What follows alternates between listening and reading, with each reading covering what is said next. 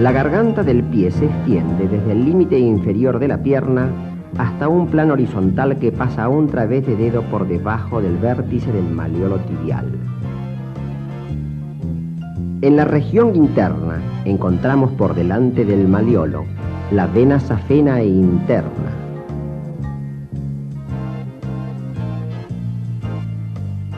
En el canal retromalleolar se palpa el pulso tibial posterior. Por detrás del maleolo externo se ve la vena safena externa. Premalleolar interna, hallamos a la vena safena interna. La seguimos en su recorrido por el dorso del pie con la formación del arco venoso dorsal y su anastomosis con la vena safena externa, retromalleolar externa. Descubrimos el ramo calcáneo perteneciente al nervio safeno externo y el nervio músculo cutáneo seccionado. Abordamos la región de la garganta del pie en su vista anterior. Tomamos y reclinamos el tendón del tibial anterior y del extensor propio del dedo grueso. En la profundidad, la arteria tibial anterior. Nos dirigimos hacia afuera, el tendón del extensor común de los dedos y por último, el peroneo anterior. Estos tendones discurren por correderas osteofibrosas cerradas por el ligamento anular anterior del tarso. Situados ahora en el dorso del pie, hallamos el tendón del extensor propio del dedo grueso y por fuera de él, los tendones correspondientes al extensor común de los dedos del pie. Este plano tendinoso cubre al músculo pedio.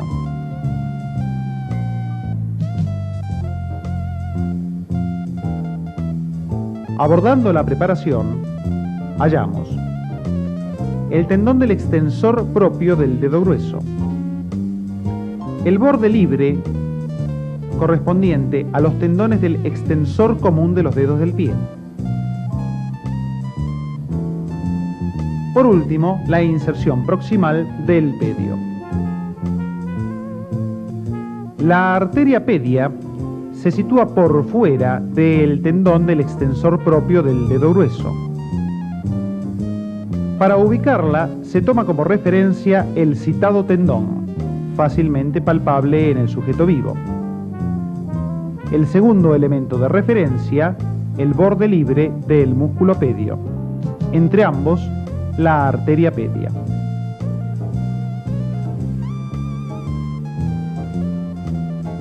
Situamos el tendón del extensor propio, el borde superior del pedio y descubrimos la arteria pedia y el nervio tibial anterior que la acompaña. El pulso de la arteria pedia se palpa por fuera del tendón del extensor propio del dedo gordo.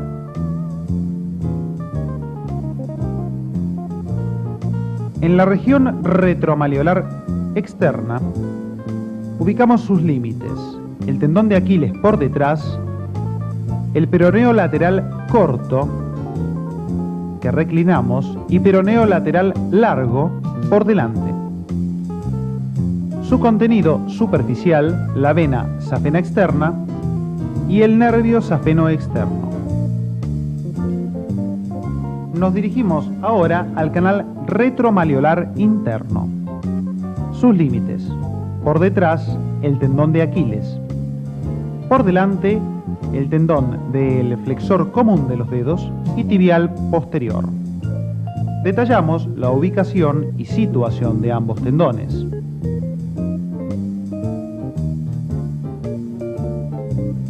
El contenido del canal retromalleolar interno está dado por el nervio tibial posterior, la arteria tibial posterior y las venas tibiales posteriores. La represión del sistema vascular de un miembro inferior fetal destaca la llegada a través de la tibial posterior de la irrigación plantar. La arteria tibial posterior, a nivel del canal calcáneo, se divide en sus ramas terminales: arteria plantar interna y arteria plantar externa, que se dirige hacia afuera en trayecto oblicuo.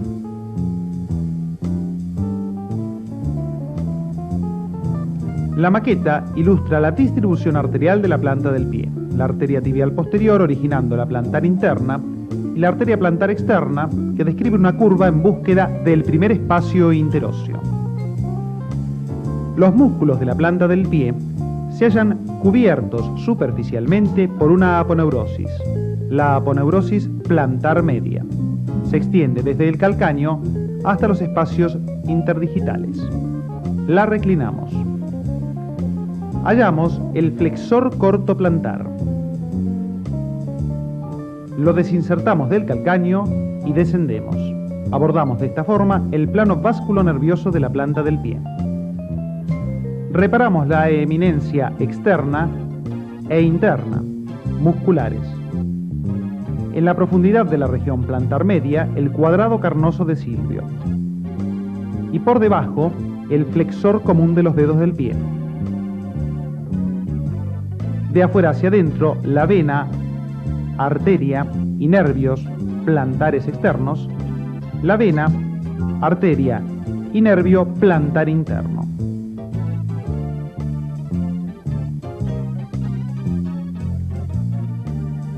La arteria plantar externa describe una curva de concavidad posterior desde la base del quinto metatarsiano hasta el primer espacio interóseo, al encuentro de la arteria pedia. Abordamos la región plantar. Retiramos la aponeurosis plantar superficial para descubrir al flexor corto plantar. Lo resecamos. Situamos el paquete plantar externo. Hemos seccionado el cuadrado carnoso de Silvio que retiramos junto con el flexor común de los dedos. Descubrimos el fascículo oblicuo del abductor del dedo grueso. Lo resecamos. Exponemos de esta forma parte del arco plantar.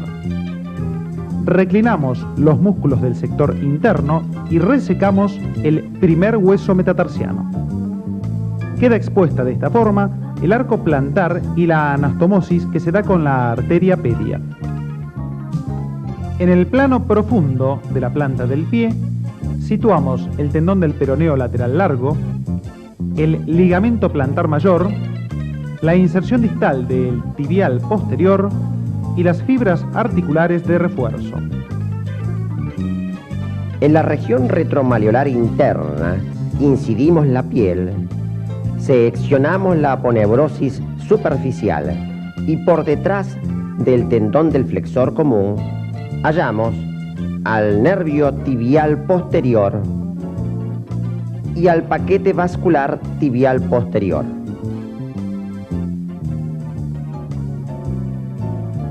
Por delante del maleolo interno efectuamos una sección vertical de la piel y superficialmente descubrimos la vena safena interna. En la región retromalleolar externa, por detrás del maleolo externo, con una incisión vertical,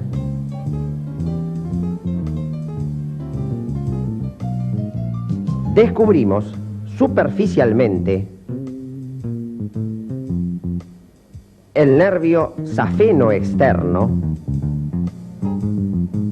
y la vena safena externa.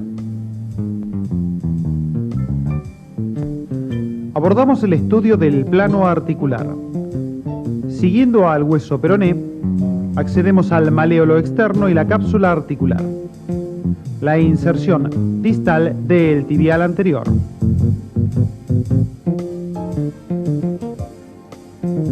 En la vista externa situamos el tendón del peroneo lateral largo, la inserción distal del peroneo lateral corto en la base del quinto metatarsiano, el ligamento peroneo astragalino anterior, el ligamento medio y por último el ligamento peroneo calcáneo, sector posterior de refuerzo de la cápsula articular. En la vista posterior, el tendón de Aquiles sobre el calcáneo, La articulación tibioperonia inferior, con su ligamento posterior de refuerzo, y el ligamento oblicuo posterior que refuerza la articulación del tobillo. En la cara interna, el ligamento deltoideo, con su fascículo superficial que retiramos, y en la profundidad descubrimos las fibras profundas de refuerzo de la cápsula articular.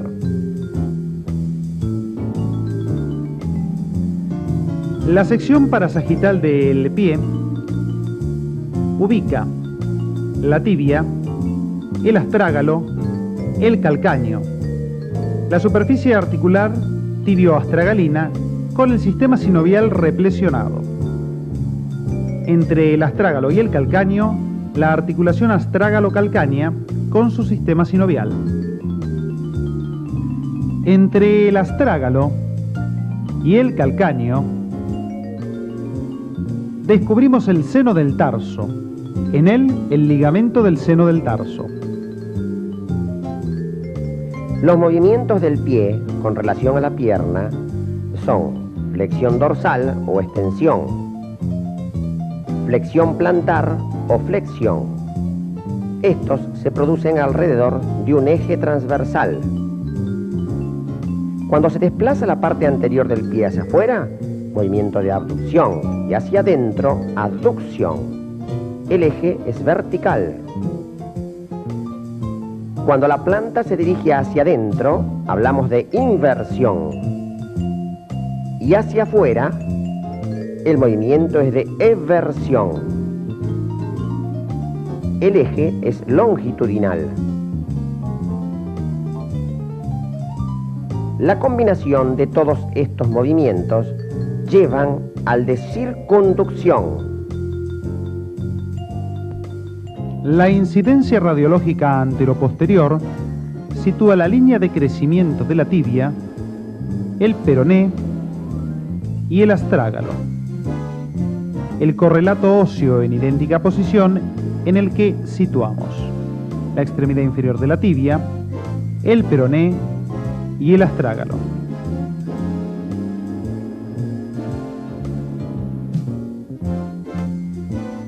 En el perfil, la extremidad inferior de la tibia, la imagen superpuesta de la extremidad inferior del peroné, el astrágalo y el calcáneo, su correlato óseo,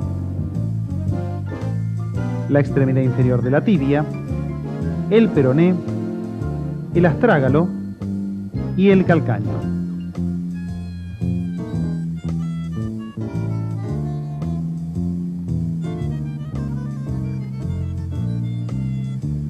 Mediante técnica especial de radioimagen, centramos la atención en las articulaciones periastragalinas.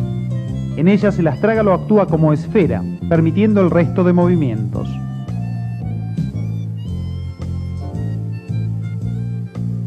En la incidencia lateral del pie situamos el calcáneo, el astrágalo, por delante de él el escafoides, el plano de las cúneas y el plano de los huesos metatarsianos.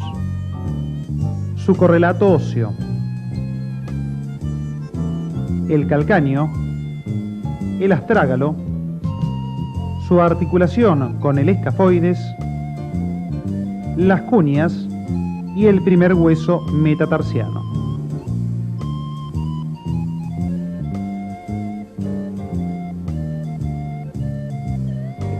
El esqueleto del pie humano se halla constituido por 26 piezas óseas articuladas entre sí.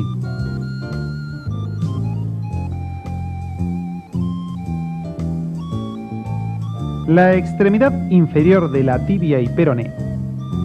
En ella observamos la fosita peronea, el borde de la tibia con el maléolo tibial, la superficie articular de la tibia y la superficie articular del peroné, constituyendo una mortaja, la mortaja tibioperonea, destinada al astrágalo. En su vista anterior, la cabeza del astrágalo,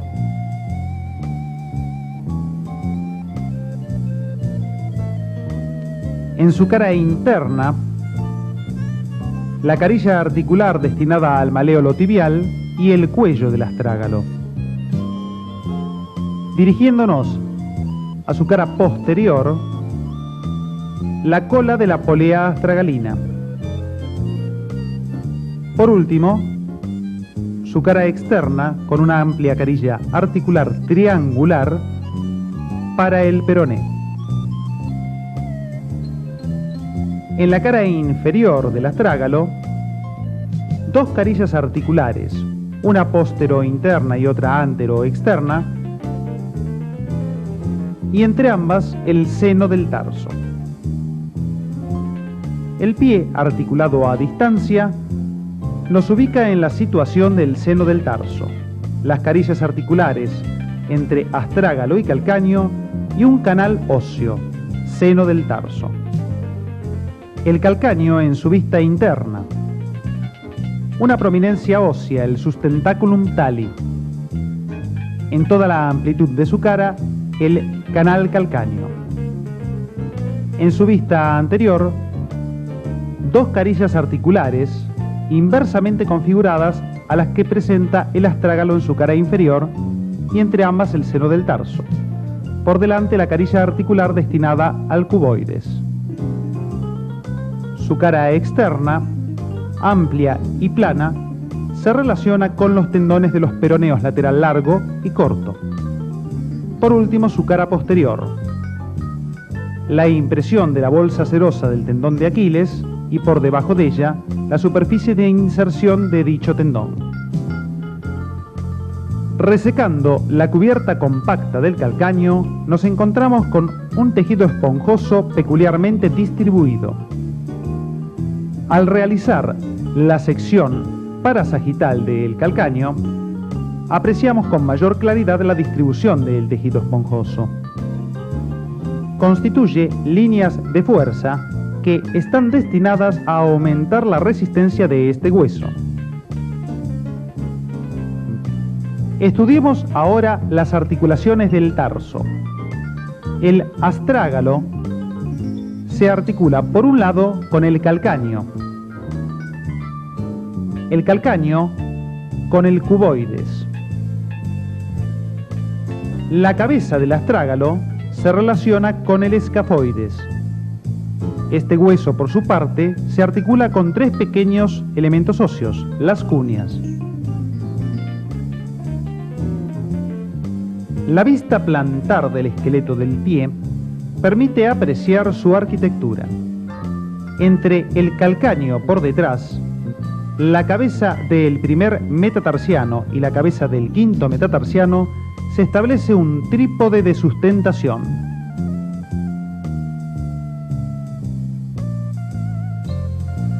El arco plantar interno, normalmente cóncavo hacia abajo, apoya la cabeza del primer metatarsiano y el calcáneo. Al vencerse el arco, se constituye el pie plano.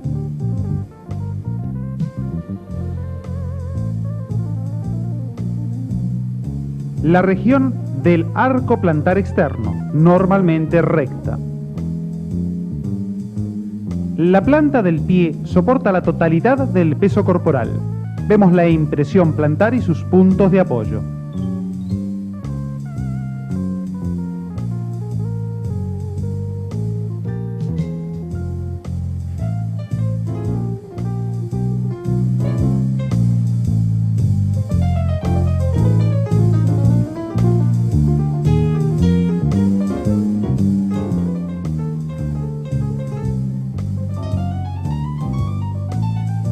Ubicación de los elementos que transcurren por la garganta del pie.